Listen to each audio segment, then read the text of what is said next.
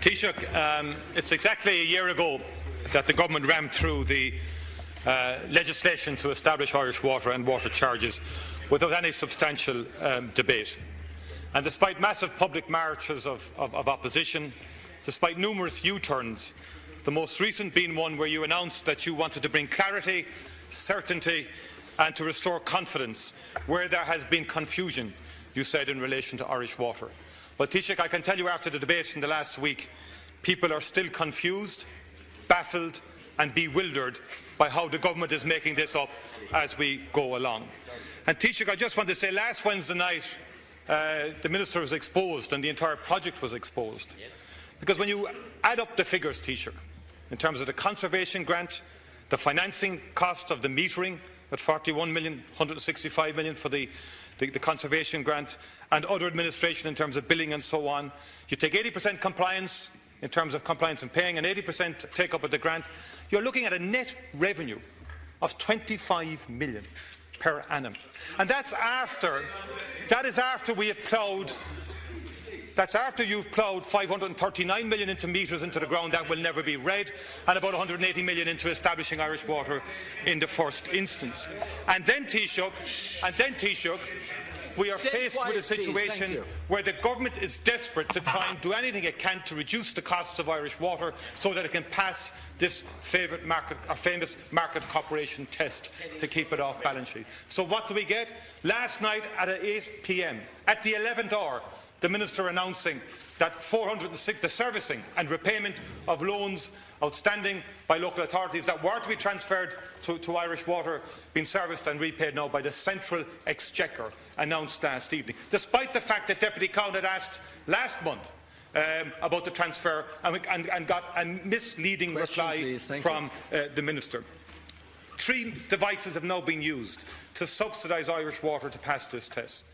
First, the 165 million water conservation grant. Secondly, the estimated 60 million for the rates attached to properties that were transferred. And now this 460 million. All in a desperate bid to try and pass this particular test. Taoiseach, you couldn't make this up as it carries on.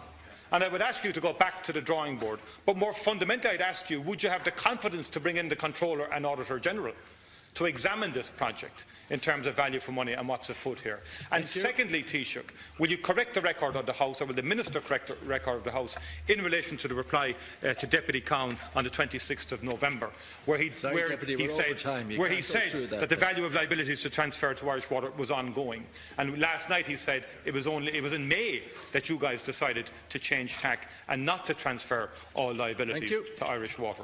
More misinformation and more keeping misleading information in that case, but keeping really the truth from the people as long as possible, which has been the defining characteristic. Sorry, Deputy, please. Thank you. Taoiseach. Well, you were the person who proposed that there should be water charges. You were the person who proposed that there should be a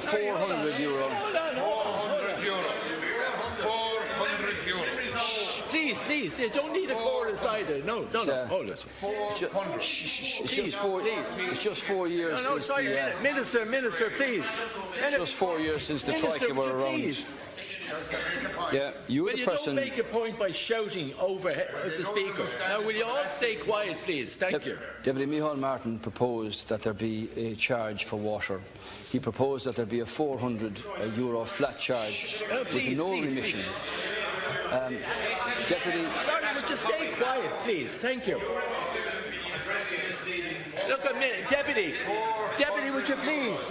I afford the silence for Deputy Martin, and I expect the same thing for the Taoiseach in replying. Thank you. End of story.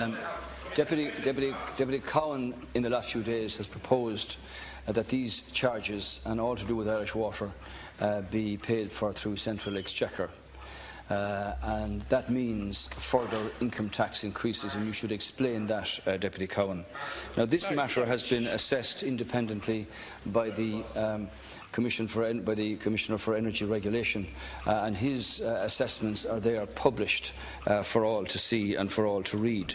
The CNAG, as you know, has always assessed the validity of financial arguments through his statutory requirements after things have been set up here. Now, you mentioned about the conservation grant. Obviously, the government estimate that will cost 130 million. 130 million. But as in the case of every estimate, for instance, in respect of unemployed people, how many is it likely to be that you have unemployed next year or the year after? Clearly, you have to cater for reality when it actually happens. So if the numbers of unemployed rise in any year, there has to be a provision to meet that extra demand. The same applies in the case of medical cards and for other issues. So in respect of the conservation grant here, clearly, if there's a need for a further increase in that, then that will be provided. So this has been independently assessed in terms of its financial viability by the energy regulator. The conservation grant applies, as in the case of every other facility, where if there's an increased demand, then that will be provided. The situation, therefore, is that the bill that's going through at the moment has had an unprecedented scale of time allocated to it for discussion. And it's about actually reducing charges. It's about giving certainty to people that their water will not be cut off, that the pressure of water will not be reduced, that it gives certainty for the years ahead that Irish water will never be privatised, and that beyond 2019, the Minister of the day will hold the authority to cap water charges to make them affordable and viable for people and fair. These are the issues, Deputy Martin, that the people requested when they marched quite a number of weeks ago. They wanted that clarity and that certainty, the cost factor and affordability. All of these matters are being dealt with in the bill, which is currently under discussion here. Thank you. I might just say, for information, Count Cora, there were 19 bills guillotined in 2010. There were 9 in 2011, 10 in 2012 when the Troika were here, 12 in 2013 and 2 this year in 2014. Now, there were 40 hours allocated for discussion on this. It's not the same as last year. And clearly, it is about giving people certainty, reducing costs, giving them clarity that the pressure will not be reduced or water cut off, giving them certainty that Irish water will never be privatised, and giving them also certainty that beyond 2019, the Minister of the day holds the authority to cap water charges so that they continue to be affordable and to be fair. And Taoiseach, I think it's important that you'd answer the questions that were asked and address the issues that were asked, and not duck and dive and dodge all the time. Because the bottom line I've put to you, Taoiseach, is that in a scenario where there's an 80% compliance and an 80% take-up of the conservation grant, the net revenue will be 25 million. Now, most people out there watching would say to themselves, from a common sense perspective, why spend close to £1 billion on setting something up for the sake of 25 million in revenue? You talk about going off balance sheet. The government has now committed up to 700 million to subsidise Irish water through the 3 devices that I've mentioned, the latest of which was revealed last evening at 8 p.m. after a year-long debate and procrastination of 460 million. And Deputy Barry Cowan had asked on the 26th of November about the transfer of liabilities. And the answer was that work is still underway in preparing balance statements for each local authority in relation to their end 2013 positions. This will be used to determine the value of the liabilities to be transferred to Irish Water. Thank you. Last night, the Minister said that the government had taken a decision in May not to transfer all liabilities to Irish Water. So no one was informed of that publicly.